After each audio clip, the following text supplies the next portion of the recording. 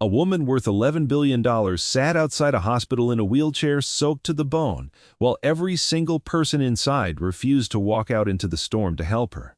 That is where this story begins. And if you enjoy stories where quiet dignity outshines wealth and power, where a single act of kindness cracks open a fortress of loneliness, stay with me, because what happened after that storm changed two lives forever. Her name was Eleanor Voss, and she had not asked anyone for help in 11 years. Not since the accident that took the use of her legs and, in a much quieter way, the use of her heart. She ran Voss Industries the way she ran everything else in her life, with precision, with distance, and with the absolute certainty that vulnerability was a currency she could not afford to spend. That evening she had come to the hospital for a routine consultation. Nothing serious, and her driver had texted that he was 10 minutes away. 10 minutes turned into 30. 30 turned into a phone call that went to voicemail. And somewhere in that gap, the sky had opened up into the kind of storm that turned parking lots into rivers and turned polite hospital staff into people suddenly, very busy with paperwork she had asked. That was the part that stayed with her later, the part she turned over and over in her mind. For weeks afterward, she had actually asked, out loud in a voice she was not used to using, if someone could walk her to the curb, if someone could help her into a cab, if anyone at all could spare 5 minutes to stand in the rain with her. And the answers had come back soft and apologetic and utterly final. We are short-staffed tonight. The weather is too dangerous. Liability. Insurance. We are so sorry, Mrs. Voss. Is there someone we can call for you? There was no one to call. That was the truth she did not say out loud. Her assistant was on a flight to Geneva. Her cousin, who sat on her board and called himself family whenever it was convenient, was at a fundraiser he had specifically not invited her to. And so Eleanor Voss, a woman whose name was on 3 hospital wings in a research center 2 states away, sat alone under a thin plastic awning at the edge of the entrance, watching rain come down in sheets, feeling the cold work its way into her hands, and understanding for the first time in a long time exactly how far money could take you, and exactly where it stopped. That was when she saw him. A man in a faded canvas jacket, sitting on the bench a few feet away, a small pharmacy bag clutched against his chest to keep it dry. He was not dressed like anyone she was used to being around. His boots were worn soft at the toe, his jacket had a tear stitched closed with the wrong color thread, and his hands, when she looked at them, were rough in the particular way that spoke of real work, not gym equipment. He had been there when she made her calls. He had heard every apology. And he had not said a word. Daniel Reyes had come to the hospital that night for one reason only: to pick up his daughter's asthma prescription before the pharmacy closed, and he had been sitting on that bench for 20 minutes because the storm had knocked out half the traffic lights on his route home, and he was waiting for a break in the rain that was clearly never going to come. He had heard the woman in the wheelchair ask for help. He had heard the nurse tell her, gently but clearly, that no one could go out in this weather. And he had felt something tighten in his chest, some old instinct he had spent years trying to bury. He did not know who she was. He did not recognize the face that appeared in business magazines and philanthropy galas, because Daniel Reyes had not read a business magazine in 6 years and had not been to a gala in longer than that. What he saw was a woman alone, cold, and abandoned by people whose entire job was supposed to be caring for others, and that to him was reason enough. He stood up. He did not ask if she wanted help, because he had learned a long time ago that people with pride did not always want to be asked. They wanted the choice made easy for them. So he walked over, crouched down to her eye level, and said only, "Which way?" Eleanor blinked at him. "Excuse me. Your house," he said. "Which way is it?" She stared at him for a long moment, rain running down both their faces, and something in her, some old defensive reflex, wanted to tell him she was fine, that she did not need a stranger's charity, that a car was coming. But the truth was, sitting right there in front of her, undeniable and cold and wet. And so instead she said, quietly, 2 miles, maybe a little more. "Okay," he said, and released the brake on her wheelchair. She did not do him the discourtesy of telling him it was too far or too wet or too much to ask of a stranger because she understood, watching the set of his jaw, that he had already decided and that whatever answer she gave was not really going to change his mind. So she said the only thing she had left. "You don't have to do this." "I know," he said, and that was all. He did not explain himself. He did not tell her about his daughter, or his late wife, or the particular ache that lived in him at the sight of someone being left behind by people who should have known better. He simply turned the chair toward the road and began to push. The first quarter-mile was the hardest because the sidewalk was cracked and uneven, and the rain was coming down almost sideways, driven by a wind that seemed to be actively working against them. Eleanor pulled her coat tighter and said nothing, because there was nothing efficient or useful to say, and efficiency and usefulness were the only languages she had ever really trusted. But somewhere around the half-mile mark, she found herself speaking anyway. "You'll ruin your shoes," she said. "They've survived worse," he said. "That prescription in your bag, will it be all right in this rain?" "It's sealed. She'll be fine." He shifted his grip on the handles, angling the chair to avoid a pothole, filling fast with water. "My daughter. She's got asthma. Gets bad in weather like this, so I try to keep ahead of it." "How old is she?" 7.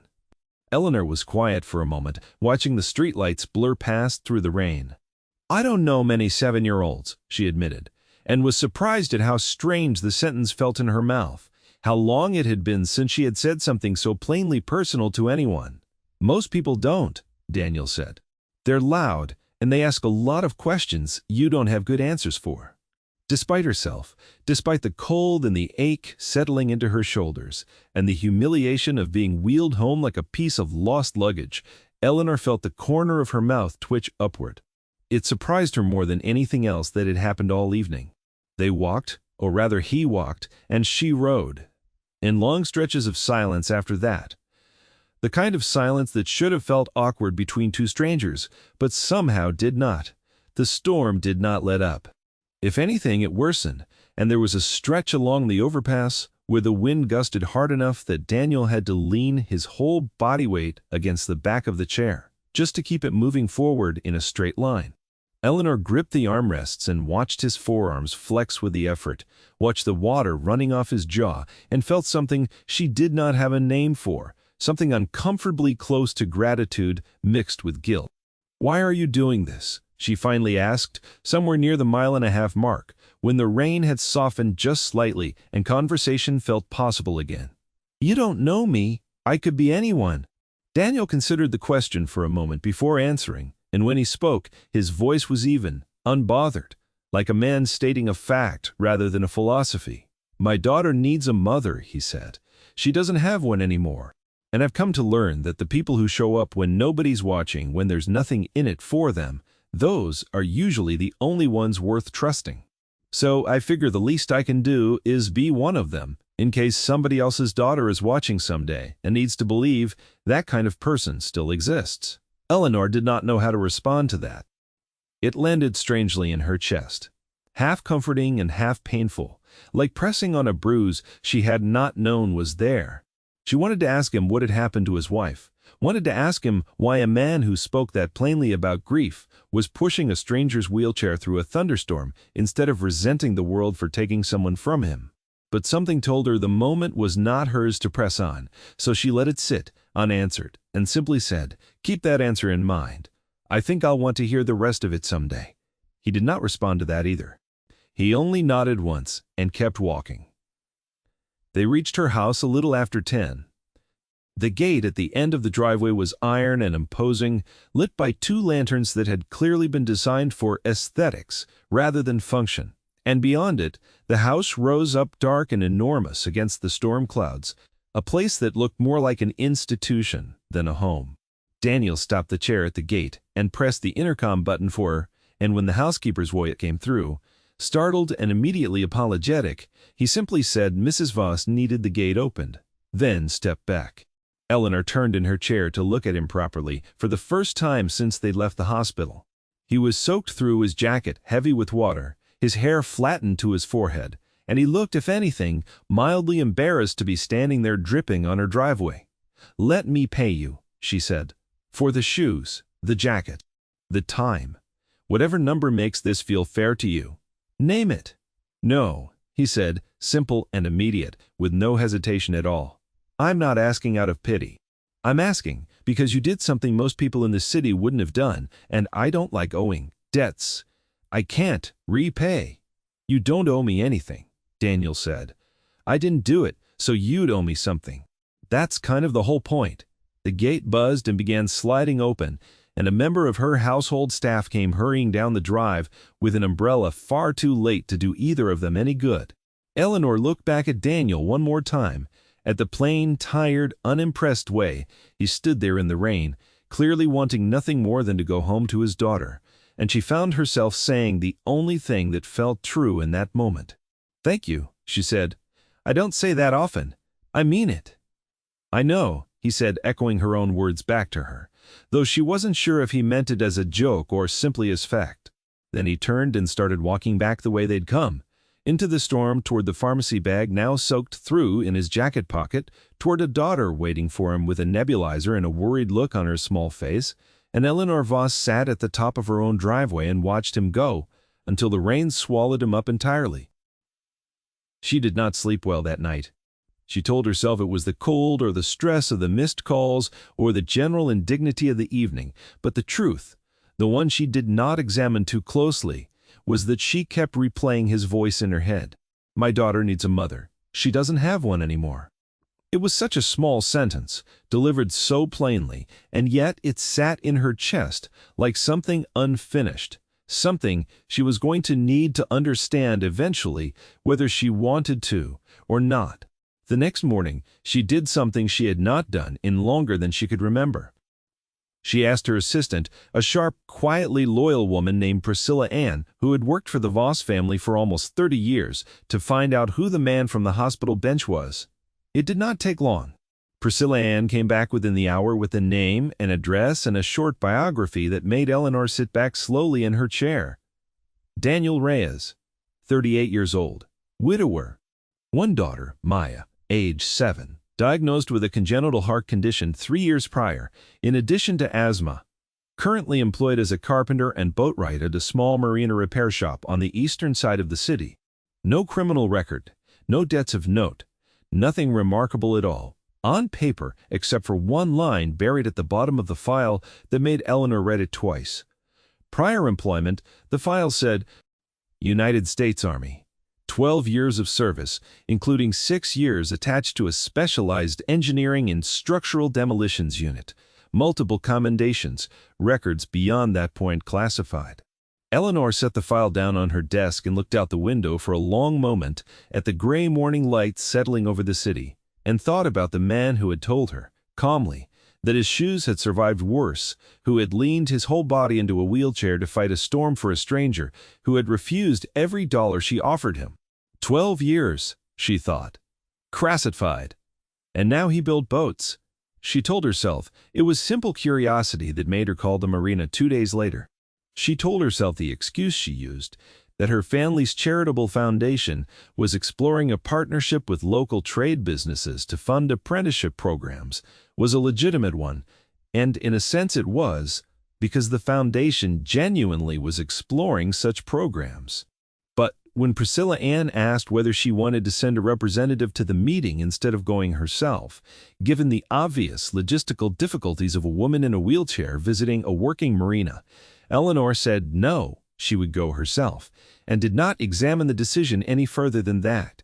The marina smelled like diesel and salt water and cedar shavings, and Daniel was not expecting her. He was standing in the open bay of the workshop, sanding down the hull of a small sailboat, sawdust clinging to his forearms, when he looked up and saw her being wheeled down the ramp by one of his coworkers, and something flickered across his face that was not quite surprise and not quite wariness, but somewhere in between. "Mrs. Voss," he said. "Eleanor," she said, "you pushed me 2 miles through a hurricane. I think we're past titles." He almost smiled at that, she thought, though it was gone again before she could be sure. He set down the sander and wiped his hands on a rag hanging from his belt and said, "This isn't about the shoes again, is it?" "No," she said. "This is about a foundation grant." Genuinely. Though I won't pretend that's the only reason I came. He studied her for a moment, the same unhurried, unbothered way he had studied the storm the night he decided to walk her home, and then he gestured toward a pair of stacked crates near the workbench, an approximation of chairs, and said, "You want coffee? It's bad coffee, but it's hot." "I'd like that," she said, and meant it. Over the following weeks, Eleanor found more reasons to return to the marina than any reasonable foundation grant required. She told herself each time that it was due diligence, that a partnership of this size warranted careful vetting, that she was simply a thorough businesswoman who did not commit her family's money without seeing exactly where it was going. But the truth, quiet and inconvenient, was that she liked watching Daniel work. She liked the unhurried competence of his hands on wood and rope and fiberglass, the way he explained joinery techniques to her without a trace of condescension, the way his daughter Maya sometimes appeared after school in a bright yellow raincoat 2 sizes too big, dropping her backpack by the door and announcing to anyone in earshot exactly how her day had gone. It was Maya, in fact, who first said out loud what neither adult had been willing to. "Are you my dad's girlfriend?" she asked Eleanor one afternoon, with the particular bluntness only a 7-year-old could manage, while sitting cross-legged on the workshop floor coloring a picture of a boat that bore no resemblance to any actual boat. "No," Eleanor said too quickly, and Daniel from across the room went very still in the way of a man who very much wanted to disappear. "Okay," Maya said, entirely unbothered, already moving on to a different crayon. "You should be, but—" "You laugh at his jokes, and nobody laughs at his jokes. Even I don't laugh at his jokes. They're not that bad," Daniel said mostly, to the boat hull in front of him. "They're bad, Dad," Maya said, with the weary patience of someone delivering unwelcome but necessary information. Eleanor found herself laughing, a real laugh, the kind that came from somewhere she had not used in years, and when she glanced up, she caught Daniel watching her with an expression he clearly had not intended for her to see. Something warm and unguarded, gone the instant he realized he'd been caught. It was around this time that trouble began circling closer to home, in the form of her cousin Marcus Voss, who sat on the board of Voss Industries and had never once in Eleanor's memory missed an opportunity to remind her that the company had been built by their grandfather and belonged, in some cosmic sense he never quite finished explaining, to the family as a whole, rather than to her specifically. Marcus was smooth in the way that expensive things are smooth, polished at every visible surface and hollow just beneath it. And he had spent years cultivating relationships on the board that Eleanor had been too busy, or too trusting, to properly notice. The first attack came disguised as concern. At a board meeting in early autumn, Marcus raised gently, and with great apparent reluctance, the question of Eleanor's judgment regarding a series of new charitable disbursements from the Voss Foundation, disbursements that included, he noted with a small pointed pause, a rather unusual grant to a small marina repair business, with no apparent connection to any of the Foundation's stated mission areas. "I only raise it," Marcus said, spreading his hands in a show of reasonableness, "because our shareholders expect discipline, consistency, not personal favors dressed up as philanthropy." Eleanor had handled worse accusations with less provocation, and she gave him nothing, no visible reaction at all, simply stating that the Marina grant was part of a broader vocational training initiative that the board had already approved in principle months earlier, which was true, and which Marcus knew was true, which meant his objection had never really been about the grant at all. It had been a test, a probe, to see how she would respond, and she understood, watching him settle back into his chair with a small, satisfied smile, that this was only the opening move. The second attack was less subtle. Rumors began appearing, the kind that never had a clear point of origin, but somehow reached every relevant ear at once, suggesting that Eleanor Voss's judgment had become compromised, that she was spending an inappropriate amount of time and company resources on a personal relationship with a blue-collar contractor, that her recent decisions bore the mark of emotional impulse rather than sound business strategy. It was Priscilla Ann, loyal as always, who brought the whispers to Eleanor directly rather than letting her hear them secondhand in a boardroom. "It's Marcus," Priscilla Ann said, setting a folder on Eleanor's desk with the particular firmness of a woman who had spent 30 years learning exactly how much force a piece of paper could carry. I've traced 2 of the rumors back to conversations he had with board members last month. He's building a case, Eleanor. Slowly, quietly. I think he means to call a vote of no confidence before the year is out. Eleanor absorbed this the way she absorbed most bad news, with a stillness that unnerved people who did not know her well. But underneath that stillness, something in her had genuinely shifted since the storm, since the marina, since Maya's bright yellow raincoat and Daniel's steady, unimpressed calm. And what she found underneath the old armor was not fear, but a kind of clarity. She was not going to let Marcus dictate the terms of her own company's soul. Let him build his case, she said. I'd like to see what it's made of. The confrontation came sooner than expected, and with more force than Eleanor had anticipated. Marcus, sensing an opportunity, or perhaps simply growing impatient, called an emergency board session, citing what he described as serious concerns about conflicts of interest and mismanagement of foundation funds.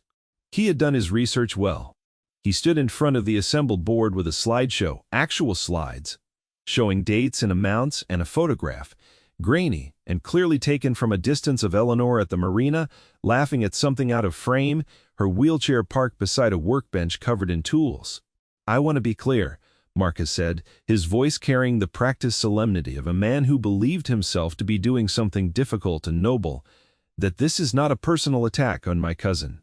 But we have a fiduciary responsibility to this company. And when the head of Voss Industries begins funneling resources toward a personal relationship with an unqualified contractor, someone with, and I want to say this delicately, no relevant credentials whatsoever beyond manual labor, we have to ask ourselves what else might be compromised. The room was silent in the particular way rooms go silent when everyone present understands that something significant is happening and no one wants to be the first to move. Eleanor felt the old instinct rise in her, the urge to retreat, to go cold and formal and unreachable the way she always had before, to simply out-argue him with facts and numbers until the discomfort passed. But she thought of Daniel's voice in the rain, plain and unbothered. I didn't do it, so you'd owe me something. And she thought of what it might mean to finally stand for something instead of simply defending against everything. Since we're discussing credentials, Eleanor said, and her voice was calm, level, entirely without the tremor Marcus had clearly hoped to provoke, let's discuss them properly. Marcus, would you like to explain to the board why 3 of the vendor contracts you personally approved last year for the Ashford Bridge infrastructure project went to a shell company registered at your own home address? The room went from silent to something else entirely, a kind of charged, electric stillness, and Marcus's composure flickered for the first time. That is a baseless accusation, he said, and frankly beneath the dignity of this meeting. It's not an accusation, Eleanor said. It's a document. She nodded to Priscilla Ann, who had been standing quietly near the door, and who now stepped forward and distributed a small stack of papers to each board member, the culmination of weeks of careful, discreet digging that Priscilla Ann had done the moment she'd learned Marcus was building a case of his own. Registration filings, payment records, and an engineering assessment, conducted independently of the actual structural work performed on that bridge versus what was built. This was the part where Eleanor's own limits became clear, because she was a businesswoman, not an engineer, and the documents in front of the board, while damning in their financial implications, needed someone who actually understood structural integrity to explain why the work performed did not match what had been paid for. She had known this gap was coming. It was the reason she had made one more phone call before the meeting, the reason Daniel Reyes was currently waiting in the hallway outside the boardroom in a collared shirt that Priscilla Ann had helped him find, looking profoundly uncomfortable and entirely unwilling to show it. I'd like to bring in an independent consultant, Eleanor said, to walk the board through the technical findings. Marcus's laugh was short and sharp. You're joking. I'm not. Eleanor nodded toward the door, and Priscilla Ann opened it, and Daniel stepped into the room. The reaction was immediate and exactly what Eleanor had expected. a ripple of confusion and quiet condescension moving through the assembled board members, several of whom recognized him, vaguely, as the man from the grainy photograph on Marcus's slide. "You cannot be serious," Marcus said, standing now, his composure fully cracked. "This is the contractor, the one from your little charity project. You're bringing him in here to talk about structural engineering." "I'm bringing in a former Army combat engineer," Eleanor said, "who spent 6 years specializing in structural assessment and demolitions for the United States military, who has spent the last 4 years working professionally in marine construction and repair, and who, unlike either of us, actually knows how to read a load-bearing schematic. So, yes. I'm quite serious." Daniel did not look at Marcus.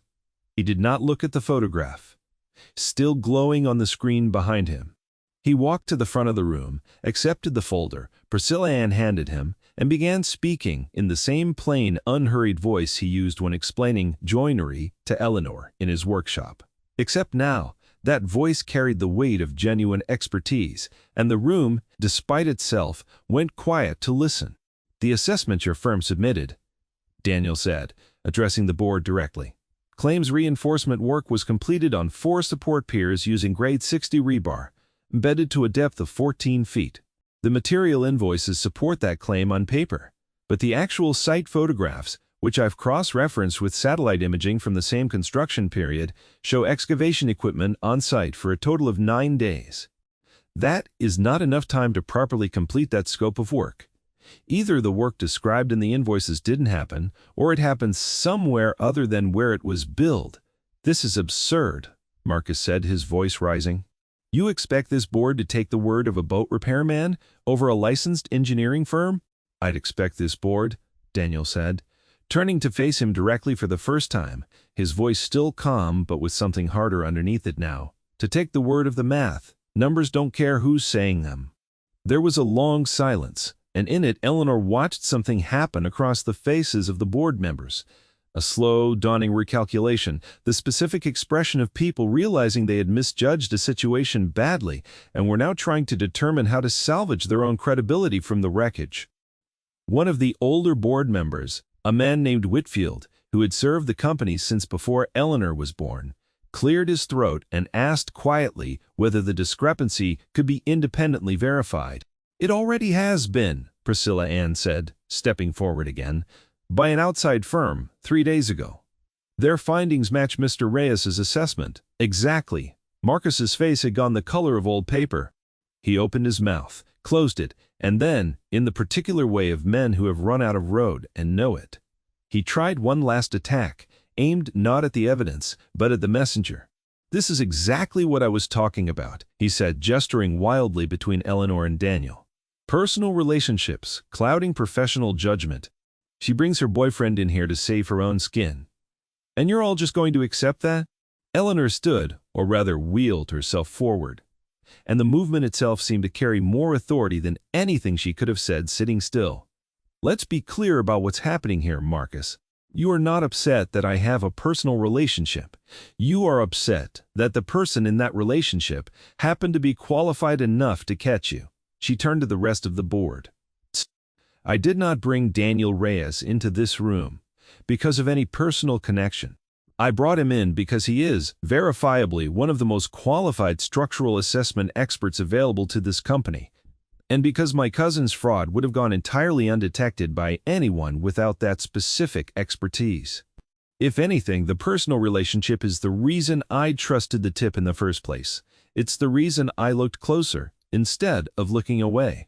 That is not a weakness in my judgment.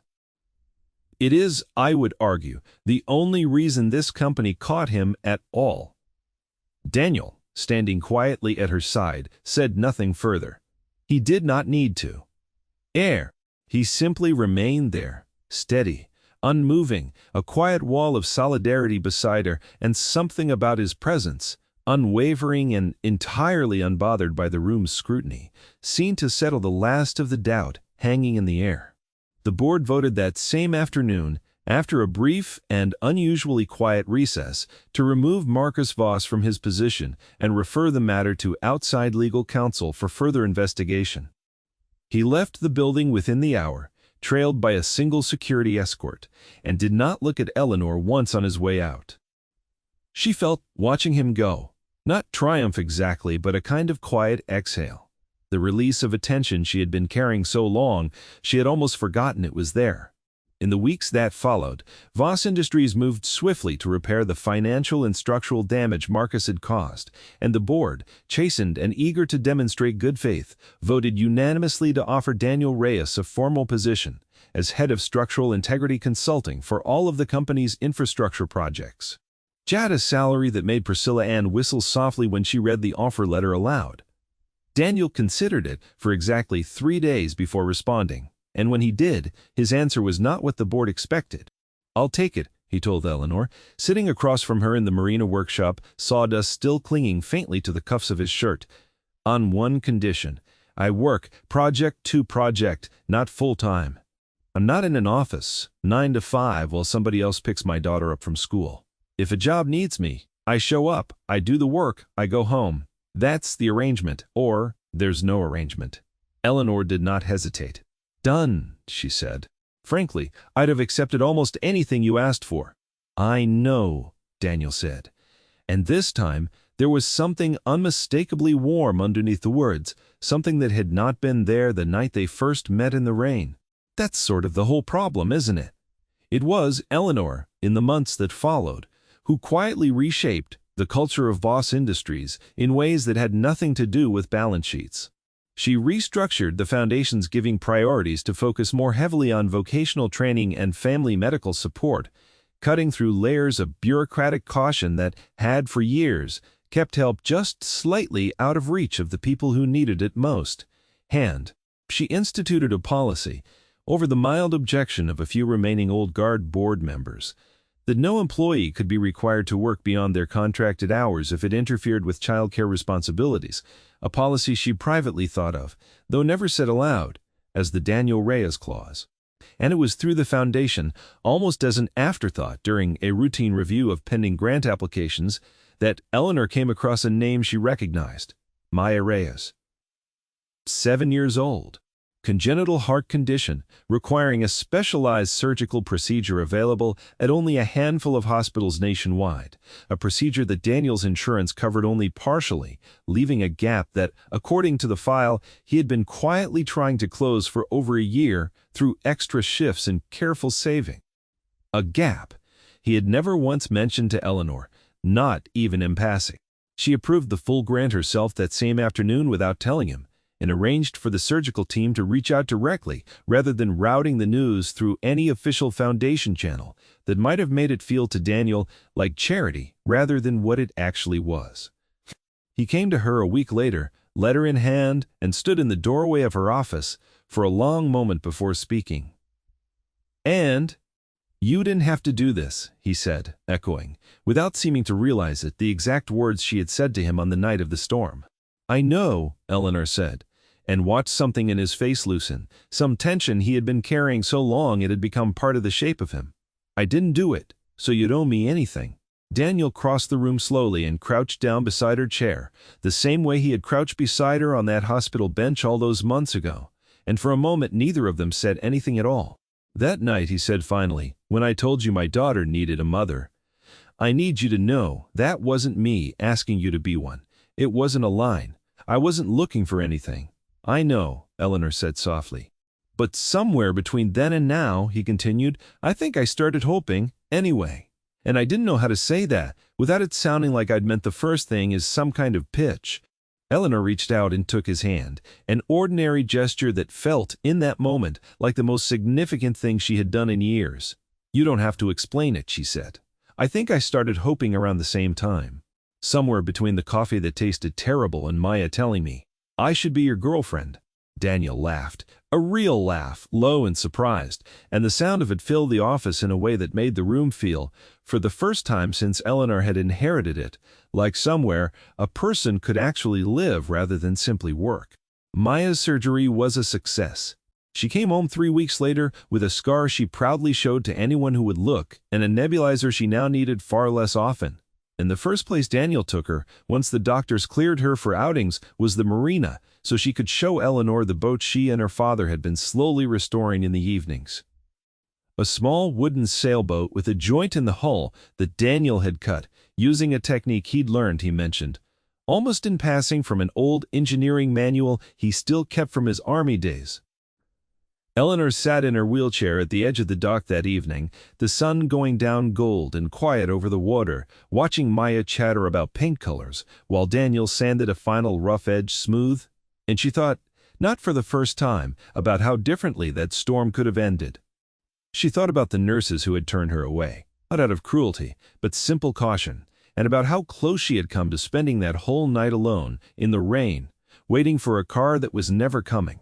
And she thought about how the one person who had stopped, who had knelt down and asked which way, instead of offering excuses, had turned out to be the person who would eventually help save her company, help raise her out of her own isolation, and quietly, without ever asking for anything in return, become the second half of a life she hadn't realized she was missing.